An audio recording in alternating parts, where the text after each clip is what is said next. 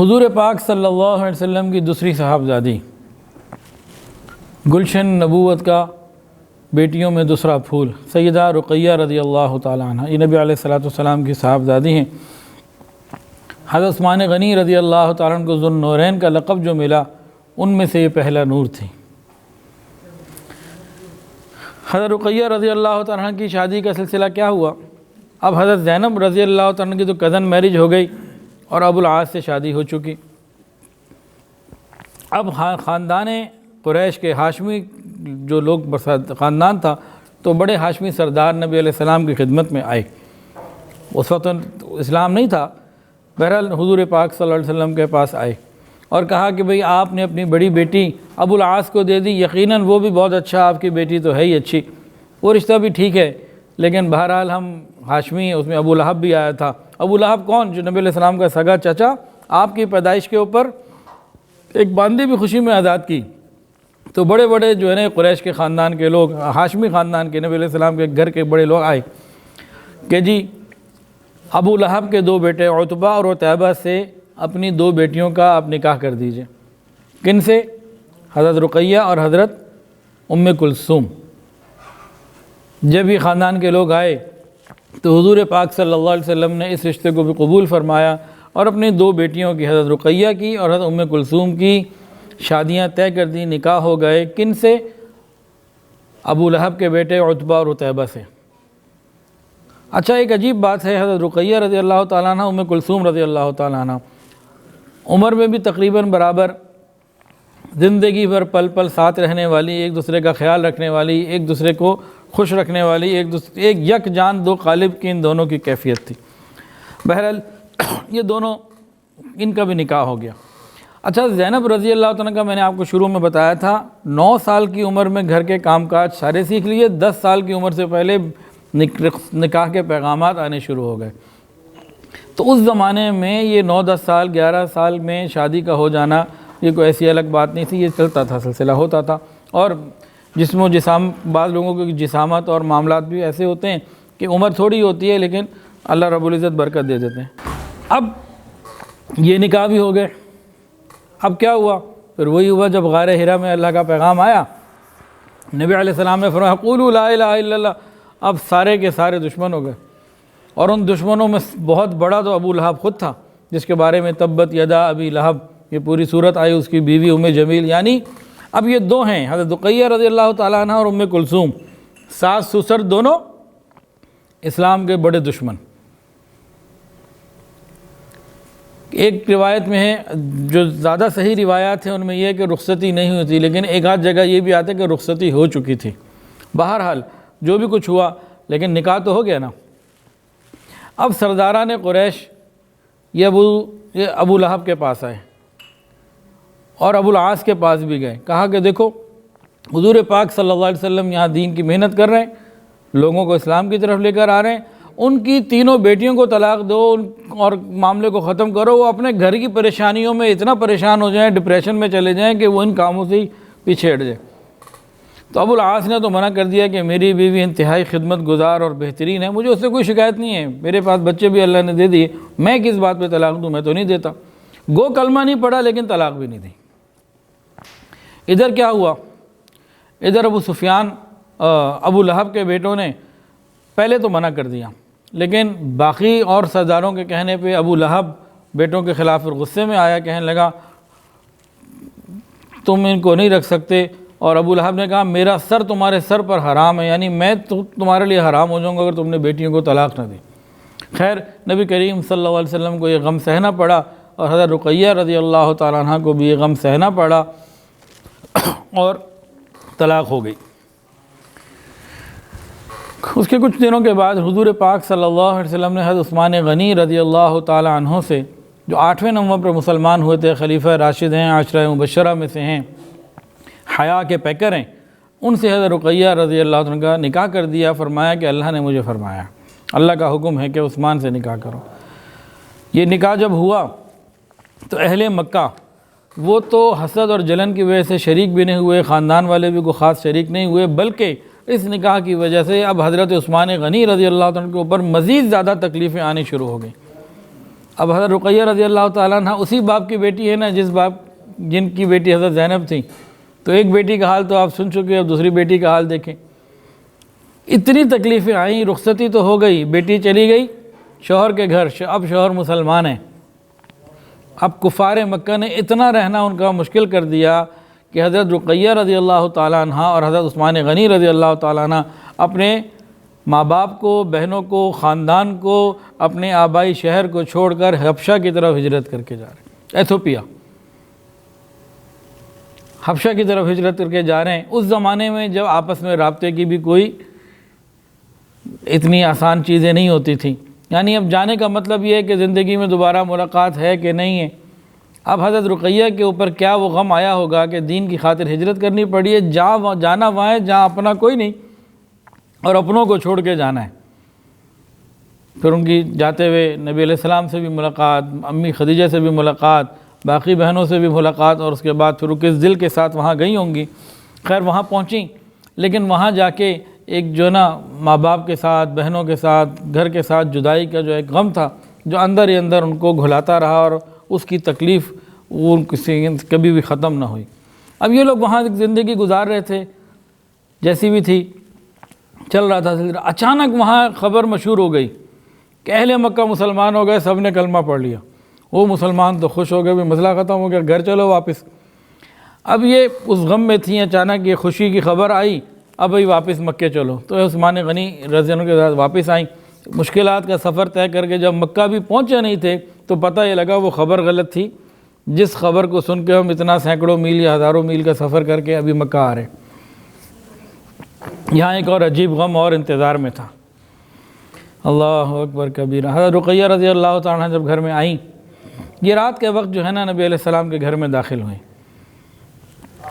جو کہ پتہ لگ گیا تھا اس کافر تو ابھی مسلمان نہیں ہوئے اور وہ خبر جھوٹی تھی، تو یہ چھپتے چھپاتے نبی علیہ السلام کے گھر میں حضرت عثمان غنی رضی اللہ تعالیٰ عنہ اور حضرت رقیہ رضی اللہ عنہ داخل ہوئے۔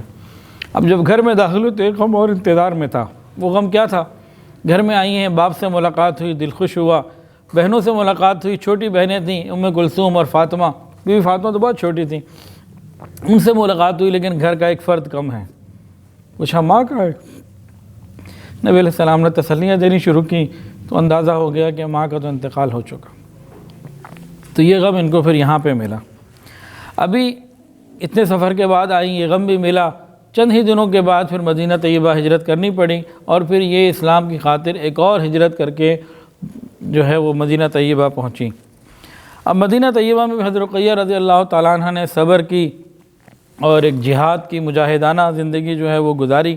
تاہم اللہ رب العزت نے ان کو ایک بیٹا بھی دیا جن کا نام عبداللہ ابن عثمان رکھا گیا۔ حضرت رقیہ رضی اللہ تعالیٰ عنہ اتنے سفر میں اور اتنی تکلیفوں میں بہت کمزور ہو چکی تھیں، اور ان کو مدینہ طیبہ میں 2 ہجری میں بخار ہوا، اور اس زمانے میں مدینہ کا بخار تو بہرحال بہت مشہور تھا۔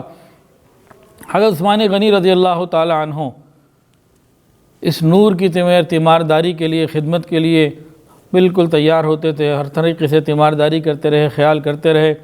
اسی بیماری کے دوران غزوہ بدر کا طبل بج گیا کہ جانا ہے، بدر جانا ہے۔ حضرت عثمان غنی رضی اللہ عنہ حاضر ہوئے کہ میں بھی جانا چاہتا ہوں۔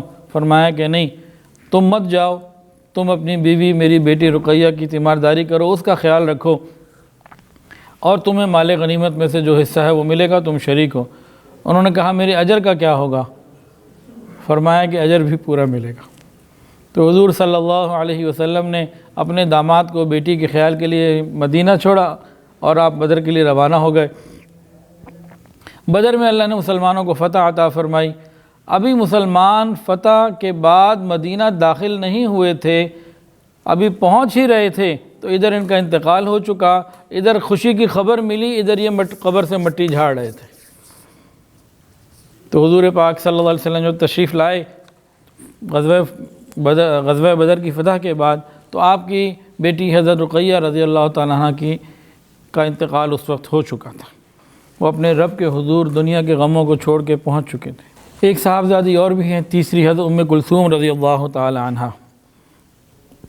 یہ حضور پاک صلی اللہ علیہ وسلم کی غم گسار بھی تھیں، اور حضرت رقیہ رضی اللہ تعالیٰ عنہ کی بالکل جیسے 2 جڑواں بہنیں ہوتی ہیں نا، یک جان دو قالب، اس طریقے کا سلسلہ تھا۔ ان کی زندگی میں بہت ساری چیزیں بہت ملتی جلتی تھیں۔ حضرت رقیہ رضی اللہ تعالیٰ عنہ اور ام کلثوم رضی اللہ تعالیٰ عنہ زندگی ایک ساتھ گزری، عمروں میں فرق کم، دونوں کا نکاح ایک ساتھ ہوا عتبہ ادیبہ کے ساتھ، دونوں کو طلاق ایک ساتھ ہوئی عتبہ ادیبہ کی والی، دونوں کے اوپر بہت سارے حالات ایک طریقے سے گزرے۔ بہرحال یہ مدینہ طیبہ جب ہجرت کر کے یہ لوگ پہنچے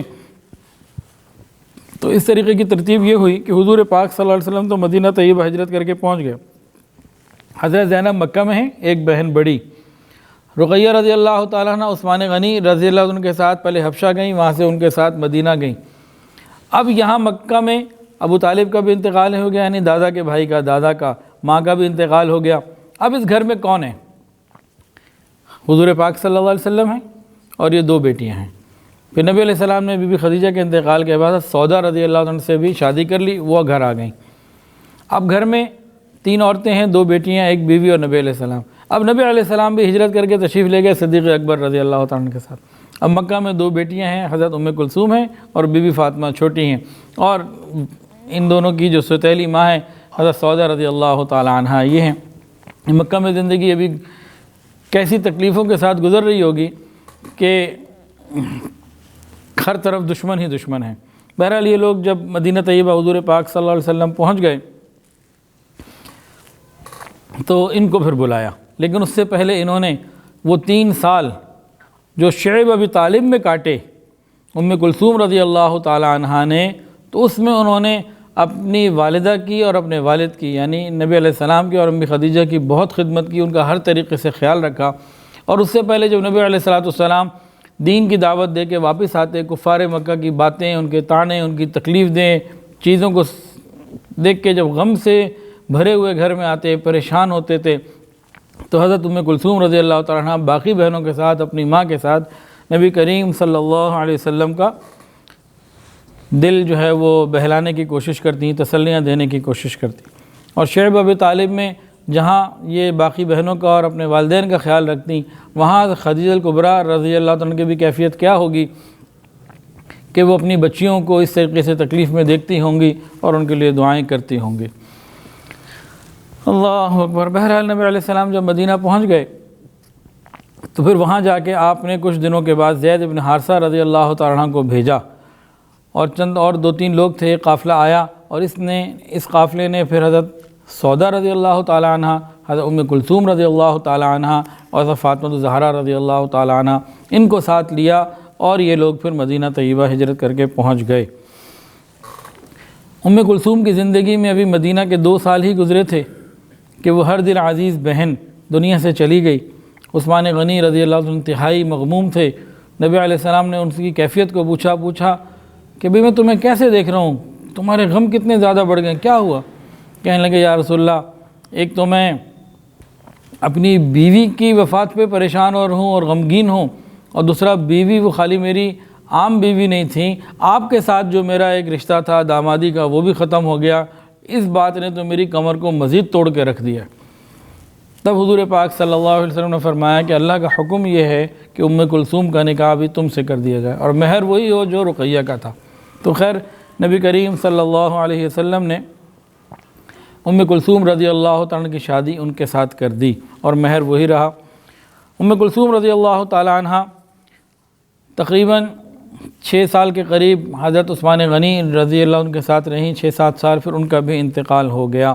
تاہم ام کلثوم رضی اللہ تعالیٰ عنہ حدیبیہ کے سفر میں ساتھ تھیں۔ حدیبیہ میں ایک واقعہ ہوا تھا، اگر کسی کو یاد ہو واقعہ کیا تھا۔ حضرت عثمان غنی رضی اللہ تعالیٰ عنہ جو اس وقت آپ کے شوہر ہیں، یہ مکہ مکرمہ گئے، اور ادھر مسلمانوں کے اندر ایک خبر ملی کہ کفار مکہ نے سیدنا عثمان غنی رضی اللہ عنہ کو شہید کر دیا۔ اب ان کے دل پہ کیا گزری ہوگی؟ اور اس دن نبی علیہ السلام نے مسلمانوں سے موت کے اوپر بیعت لی۔ وہ جو بیعت تھی علی الموت تھی، موت کے اوپر بیعت تھی۔ تاہم ابھی اسی غم اور پریشانی میں کچھ دن گزرے تھے کہ اتنے میں اطلاع آ گئی کہ وہ خبر جو ہے وہ غلط تھی، اور حضرت عثمان غنی رضی اللہ تعالیٰ جو ہیں وہ حیات ہیں۔ تو ایک خوشی کا سلسلہ شروع ہو گیا، اور پھر اللہ رب العزت نے ان سے خوب کام لیا۔ حضرت عثمان غنی رضی اللہ تعالیٰ عنہ مسلمانوں کے اوپر مال خرچ کرتے، ہر طریقے کا خیال رکھتے، اور آپ ہر طریقے سے ان کا ساتھ دیتی۔ بدر کے بعد شادی ہوئی یہ والی، پھر غزوہ احد کے حالات دیکھے، غزوہ خندق کی ہولناکیاں دیکھیں، اور یہ صلح حدیبیہ اور یہ سارے معاملات کے ساتھ پھر آپ نے فتح مکہ کے موقع پہ بھی سفر کیا، اور فتح مکہ کے موقع پہ بھی آپ وہاں پہ گئیں۔ جب آپ وہاں گئیں مسلمانوں کے وہ حالات بھی دیکھے عزت کے، اور اللہ رب العزت کا شکر ادا کیا۔ بہرحال اپنی زندگی میں ان معاملات کو دیکھ کے جب یہ لوگ واپس آئے ہیں مدینہ طیبہ فتح مکہ کے بعد، تب ان کا بھی انتقال ہو گیا۔ حضرت ام کلثوم رضی اللہ تعالیٰ عنہ بھی جہان فانی سے رخصت ہو گئی۔ اب اس بی بی خدیجہ کے گھر میں کون رہ گیا؟ حضرت فاطمہ الزہرا رضی اللہ تعالیٰ عنہ۔ ان کا انتقال جو ہے یہ 9 ہجری میں ہوا، 2 ہجری میں حضرت رقیہ کا انتقال ہوا، 8 ہجری میں حضرت زینب کا انتقال ہوا، 9 ہجری میں حضرت ام کلثوم کا انتقال ہوا۔ اب چاروں بہنوں میں صرف ایک باقی رہ گئیں، حضرت فاطمہ الزہرا رضی اللہ تعالی عنہا۔ ویڈیو کے نیچے سبسکرائب کے بٹن پہ کلک کریں، بیل کے آئیکن پہ کلک کیجئے تاکہ ہر نئی ویڈیو کی نوٹیفیکیشن آپ کو مل جائے۔